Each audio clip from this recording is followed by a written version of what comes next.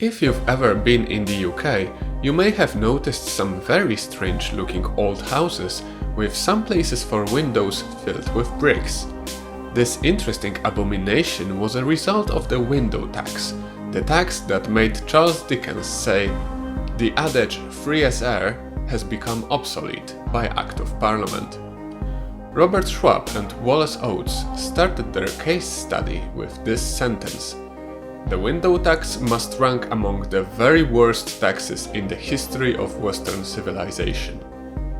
So, you know, it definitely belongs to peculiar rules. Imposed in 1696 by King of England William III, the window tax was meant to be relative to the prosperity of the taxpayer. After all, it's quite logical that if you live in a mansion, you'll have more windows than a person who lives in a prison cell, right? Taxing windows was also convenient to the tax collectors, as they no longer had to go inside the houses, and counting windows was a very easy task to do. Or at least it seemed so, but we'll get there. In the moment of introduction, there was a flat rate of 2 shillings per house paid annually. If the house had between 10 and 20 windows, the owner had to pay extra 4 shillings, and if more than 20 windows, extra 8 shillings.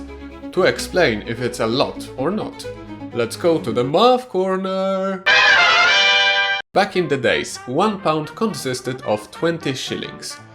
Adjusted to inflation, 2 shillings were worth more or less £20 today. So a house with between 10 and 20 windows would be taxed today with £60, and those with more windows £100 every year. It doesn't seem like an awful lot, but average annual salary at the end of the 17th century is estimated to be around £19.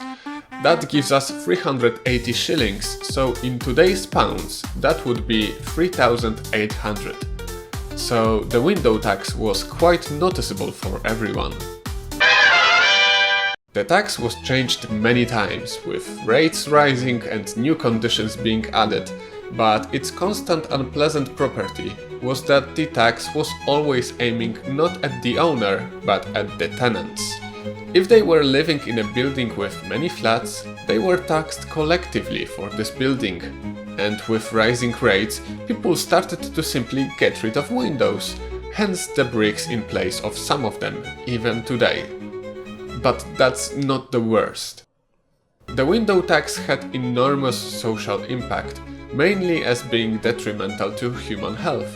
Dim lights or straight up darkness definitely weren't helpful for mental well-being.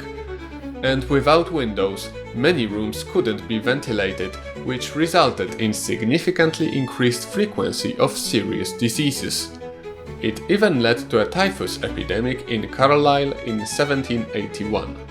And what is a window anyway? In 1848, a professor from Cambridge paid tax on a hole in the wall of his coal cellar. In the same year, a gentleman from Westminster was forced to pay for a trapdoor to his cellar.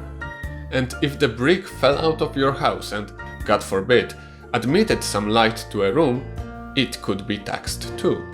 There were more and more absurdities. People were disguising their windows upon the visit of a tax collector. Sometimes they tried to trick officials by adding some sacks of grain to a room, because industrial buildings were exempt from a tax.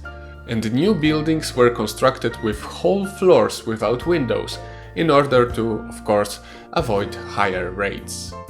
After endless protests, this farce finally ended in 1851, after more than a century and a half of darkness, by replacing the window tax with a tax on inhabited houses. How nice.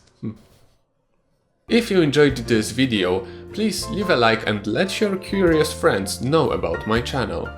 And if you're driven by curiosity like me, you can watch my previous video about an unusual threat issued by Botswanan president. Anyway, thank you for watching and have a nice day.